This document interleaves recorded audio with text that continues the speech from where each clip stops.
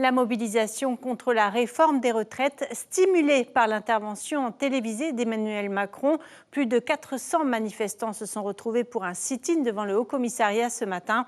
Dans le secteur de l'éducation, ils étaient 41% à faire grève aujourd'hui, 20% dans le second degré.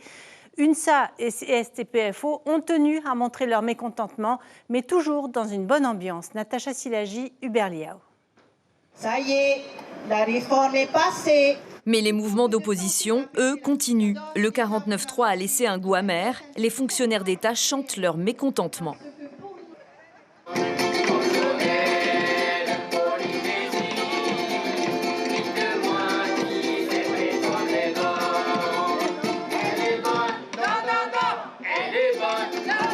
Je suis bientôt à la retraite. Donc, si vous voulez, cette retraite, elle va me concerner que partiellement. Si je suis là aujourd'hui, c'est parce que je sais que les générations futures vont être impactées par cette loi. Normalement, on était parti pour 54, 57, mais pour nous, ça ne sera pas possible, 64 ans. La pénibilité du service et tout ce qui se passe, ça ne sera pas possible.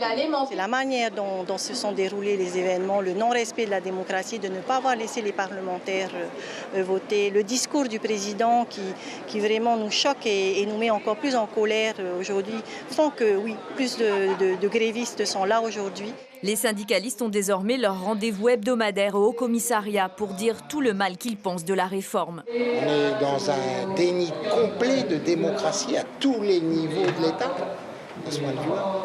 Ah non, mais les éléments de langage utilisés pour retourner la situation, on n'a rien proposé.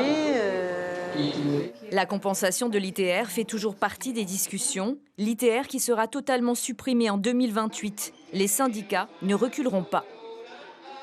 Ici, nous continuons à manifester. Nous avons des établissements scolaires, nous avons des centres qui dysfonctionnent parce que vous êtes grévistes, parce que vous êtes là.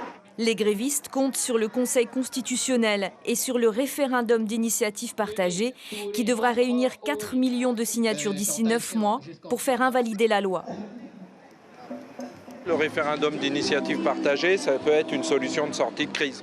C'est une réforme que nous rejetons en totalité, d'autant plus qu'en Polynésie, on est encore plus lésé. En termes d'espérance de vie, on est en moyenne 5 ans en moins. Petite danse pour rester unis contre la réforme qui ne permet plus de prendre sa retraite avant 64 ans au soleil.